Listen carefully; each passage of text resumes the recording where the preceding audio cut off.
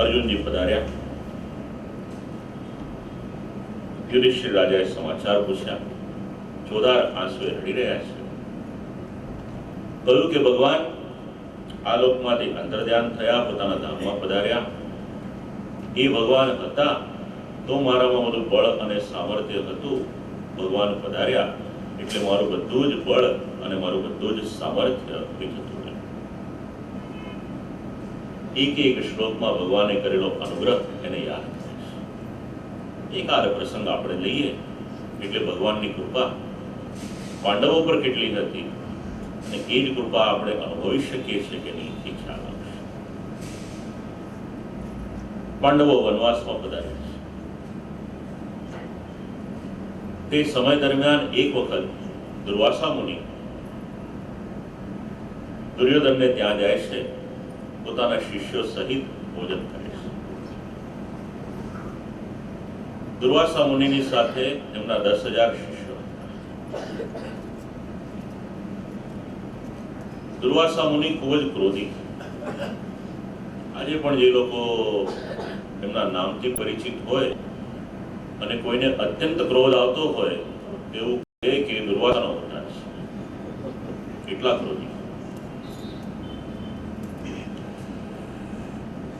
દુર્યોધનને ત્યાં જઈને ભોજન કર્યું એટલે દુર્યોધને વિનંતી કરી કે જે રીતે મારે ત્યાં ભોજન કર્યું એવી જ રીતે મારા ભાઈઓ પાંડવોને ત્યાં જાઓ તો મને આનંદ થશે.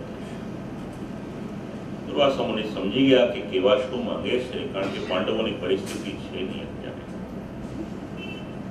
વચનબદ્ધ હતા એટલે પધાર્યા. વનમાં પધાર્યા. યોનો જુગોપવનમેત્ય દુરંત કૃચ્છાત દુર્વાસસોરિ વિહિતા દયુતાગ્રભૂક્યઃ. ભિક્ષા માંગી, ભોજન માંગ્યું. હવે યુધિષ્ઠિર રાજાની પાસે એક પાત્ર હોય છે. આપ લોકોએ નામ તો સાંભળ્યું જ હશે. એનું નામ અક્ષય પાત્ર. સૂર્યનારાયણનું સ્તવન કર્યું એના ફલ સ્વરૂપે આ અક્ષય પાત્ર પ્રાપ્ત થયું. સૂર્યનારાયણે આશીર્વાદ આપ્યા હતા કે આ તાંબાનું એક પાત્ર છે એને રાખો. 12 વર્ષ સુધી એમાં કોઈ પણ ભોજન સિદ્ધ કરશો તો એ ક્યારે પણ ખૂટશે નહીં.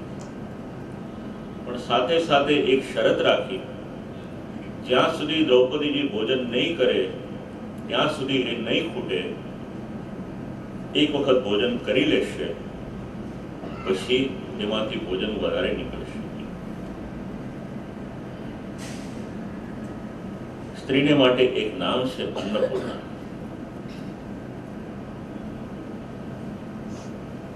અન્ન એ બ્રહ્મનું સ્વરૂપ છે.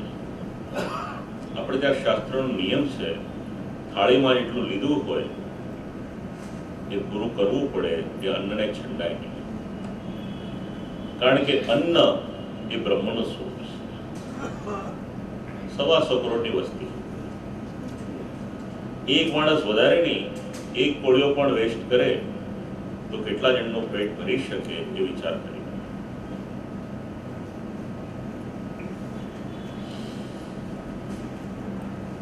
વચ્ચે વચ્ચે થોડીક જાગૃતિ આવે છે. થોડાક સમય પહેલા શરૂ કરેલું કે કેટરિંગમાં અને હોટેલમાં રાતના વધેલું ફૂડ હોય એ ગરીબોને આપવાને માટે ગાડી નીકળતી હતી.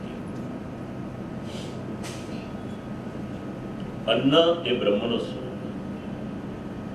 એટલે બ્રાહ્મણો જ્યારે ભોજન કરવા બેસે એટલે ત્યારે 3 ઢગલી જે ભાતની હોય એને બહાર પધરાવે, એને બ્રહ્માર્પણ કરે. આપણને એકલાને ખાવાનો અધિકાર નથી. સામે પહેલા ભોજન કરાવવું મૂળ શાસ્ત્રનો આ નિયમ. અને ઠાકોરજીને પણ અંગીકાર કરાવેલી સામગ્રી, એના માટે પહેલા આપણા વાર્તા પ્રસંગોમાં નિયમ આવશે કે કોઈક ને કોઈક વૈષ્ણવને પ્રસાદ જ્યાં સુધી લેવડાવે નહીં ત્યાં સુધી પોતે ભોજન કરતા. અતિથિને ભોજન યા તો વૈષ્ણવને ભોજન, ગાયને ગોગ્રાસ, પછી જે પ્રાણી હોય, કૂતરું હોય કે એને પણ કંઈક આપે અને પછી પોતે ભોજન કરે. આ આપણે ત્યાંની પરિપાટી હતી. હવે ગાય પણ ન રહી, અતિથિ પણ ન રહ્યા, એટલે આ બધું પળાવવાનું ધીરે ધીરે બંધ થયું. પણ આ ઋષિમુનિઓની દ્રષ્ટિ છે આપણા ઘરના, આપણા માં, આપણી બેન, આ બધા જ આ નિયમ પાળતા.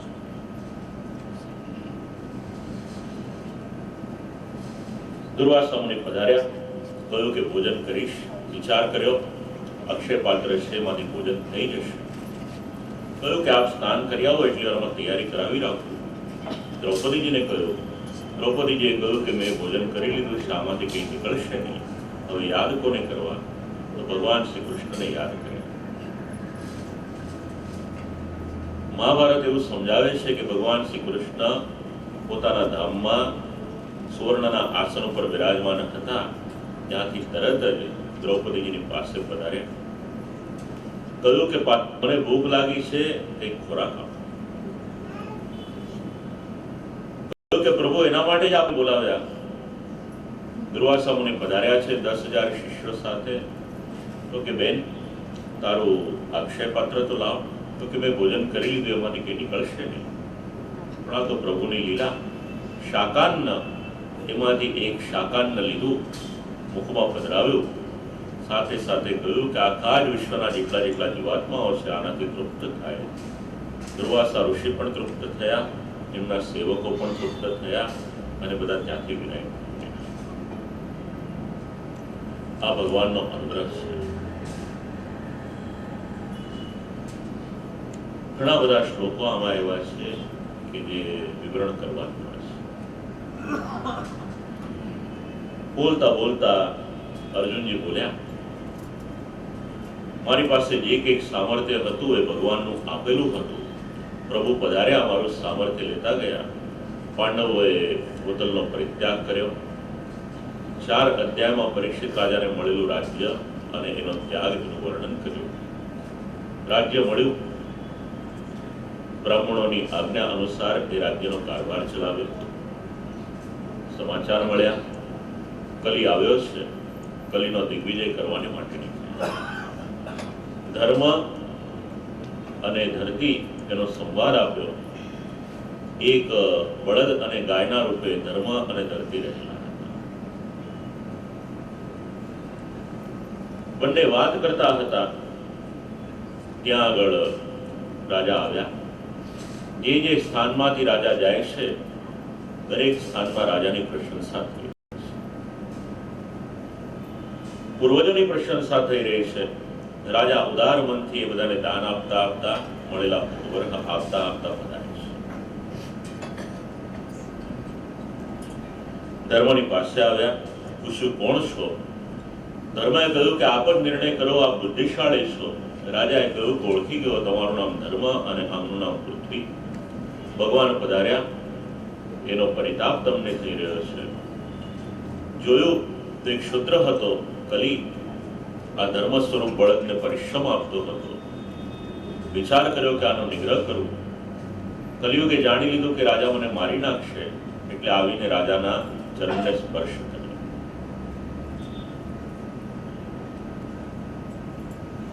સ્પર્શનો બહુ મોટો દોષ છે. વલ્લભકુલના બાળકોને ચરણ સ્પર્શ કરતા પહેલા પૂછવું પડે છે, એનું કારણ છે. જેનો સ્પર્શ થાય, જો એનામાં કંઈક દોષ હોય તો આપણામાં આવવાની સંભાવના છે. કલીનો સ્પર્શ થયો, કલીનો દોષ, રાજાને પણ સ્પર્શ. વિનંતી કરી કલિયુગે, મને મારશો નહીં, પણ મને રહેવાની જગ્યા. એટલે ધર્મના 4 ચરણ: સત્ય, તપ, દયા અને પવિત્રતા. ધર્મ પાળવો હોય તો આ 4 જરૂરી છે. સત્ય શબ્દ તો કાલે સમજાવેલો, એટલે એનું વિવરણ નથી. બીજો શબ્દ છે તપ. હમણાં આગળ બ્રહ્માજીના ચરિત્રમાં આવશે, એટલે ત્યાં સમજાવી દઈશ. ત્રીજો શબ્દ છે શૌચ, એટલે પવિત્રતા. દરેક કાર્ય કરવાનો એક પ્રોટોકોલ છે. કોઈ પેશન્ટને ઓપરેશન થિયેટરમાં લઈ જાય, ડોક્ટરે ઓપરેશન કરવાનું હોય, એની સાથે નર્સ હોય ને એના સહાયક હોય, ભલે ગમે એટલા ઘરે સારા લોન્ડ્રીમાં ધોયેલા કપડાં પહેરેલા હોય, પણ એ કપડાં પહેરીને ઓપરેશન થિયેટરની અંદર કરે. એવું નથી કે એના કપડાં ચોખ્ખા નથી, કપડાં ચોખ્ખા છે, પણ ઓપરેશન કરવાને માટે જવાનું હોય તો સ્ટેરિલાઇઝ કરેલા એના વસ્ત્ર જોઈએ, એના ગ્લોવ્સ ને બધું એ રીતનું પહેરશે કે જેનાથી જમ્સ ન લાગે અને પછી અંદર જશે. આ ત્યાંની શુદ્ધિ. એવી જ રીતે ધર્મ કાર્ય કરવાનું હોય તો તેના માટે શુદ્ધિ જરૂરી. સવારના સેવામાં જવાનું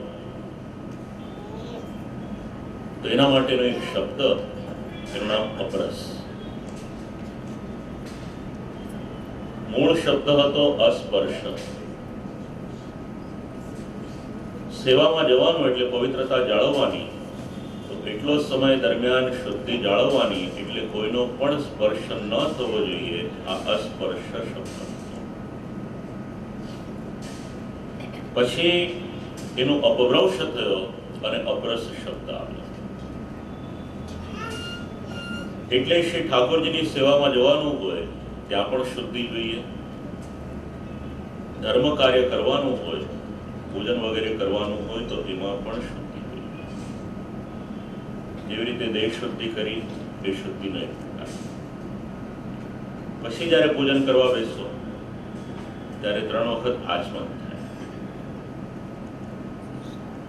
શરીરની બહારથી શુદ્ધિ તો કરી આપણે, સ્નાન કર્યું એટલે.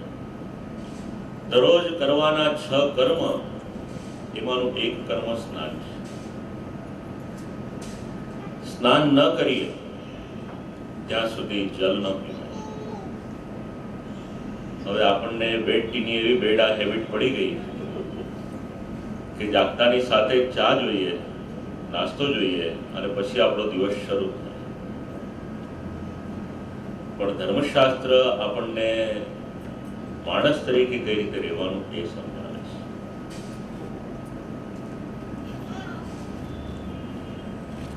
ત્રણ વખત આચમન કરીએ એટલે અંતરની શુદ્ધિ થાય.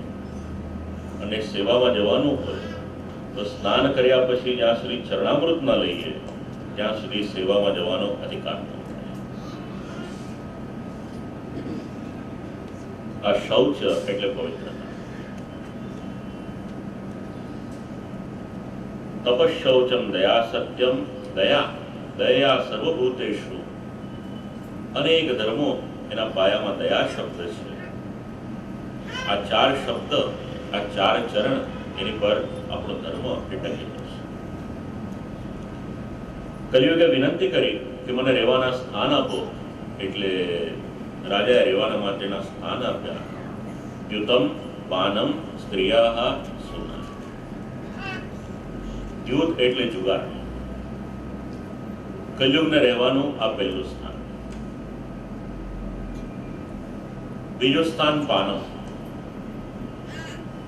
મદ કરાવે એવું પીણું અથવા એવો પદાર્થ, એનું નામ પાન. પછી એ ડ્રિંક્સ હોય, આલ્કોહોલ હોય, ડ્રગ્સ હોય કે કંઈ પણ હોય જેનાથી નશો ચડે, એનું નામ પાન. અહીંયા કલિયુગનો નિવાસ. ત્રીજું સ્ત્રીયા. જે સ્ત્રીના જીવનમાં ધર્મ ન હોય એમાં કલીનો નિવાસ. કારણ કે ધર્મ ટકે છે એ સ્ત્રીથી ટકે છે. 11નો દિવસ હોય,